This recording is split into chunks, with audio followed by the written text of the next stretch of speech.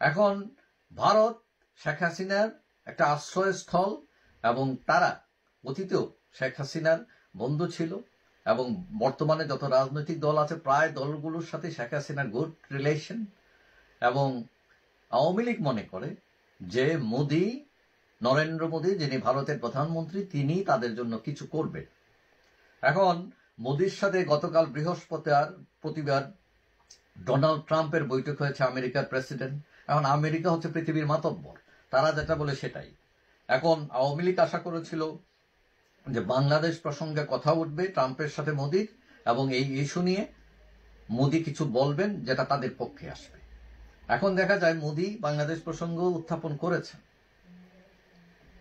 পাশাপাশি অভিবাসন, ভিসা, শুল্ক, অস্ত্র বিক্রি, বাণিজ্য ঘাটতি বিভিন্ন বিষয় ছিল। কিন্তু বাংলাদেশের সাথে বাংলাদেশের ব্যাপারে উত্থাপিত হওয়া মানেই হচ্ছে অনেকেই মনে করেন এটা আওয়ামী লীগের জন্য লাভ।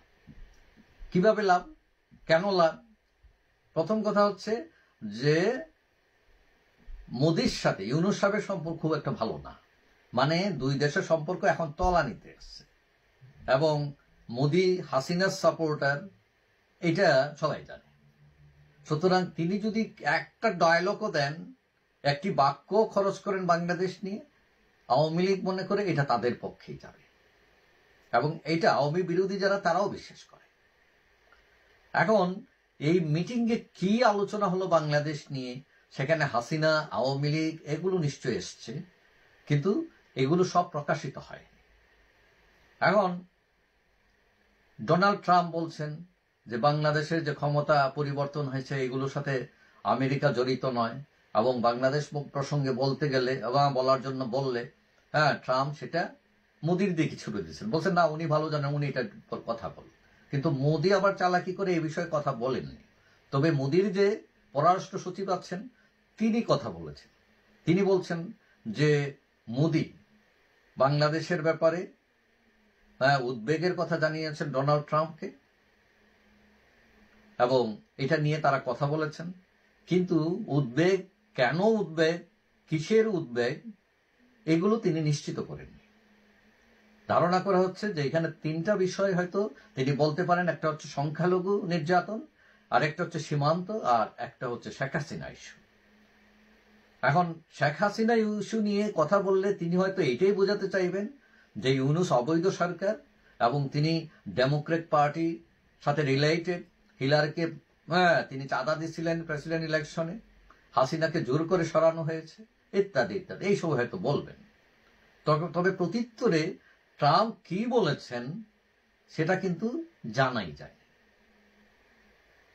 এখন যে অবস্থা, কথা হলো আওয়ামী লীগ মনে করে যে ট্রাম্প এবং মোদির আলোচনায় বাংলাদেশ স্থান পেয়েছে, এটাই তাদের প্রথম সাফল্য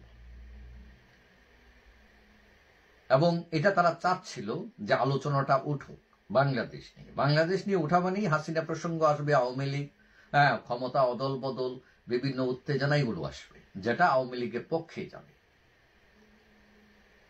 এখন কিছু আলোচনা আছে যেটা প্রকাশ্যে আসে না, গোপনীয়ই থাকে, রাষ্ট্রীয় গোপনীয়তা যেটার মধ্যে পড়ে।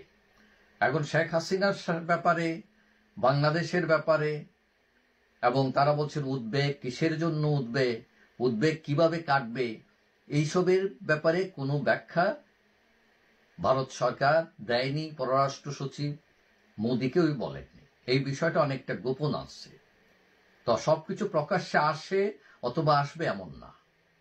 তবে আওয়ামী লীগের লোকজন এখনো আশা করে যে দুই নেতার আলোচনায় বাংলাদেশ আসায় লাভবান হয়েছেন তারা, এবং তারা যে লাভবান হয়েছেন এর রেজাল্ট পেতে হয়তো একটু দেরি হবে, কিন্তু তারা আশা করে এখনো যে এই আলোচনায় রেজাল্ট তাদের পক্ষেই যাবে এবং এটা প্রতিফলিত হতে হয়তো সময় লাগবে, তবে হবে।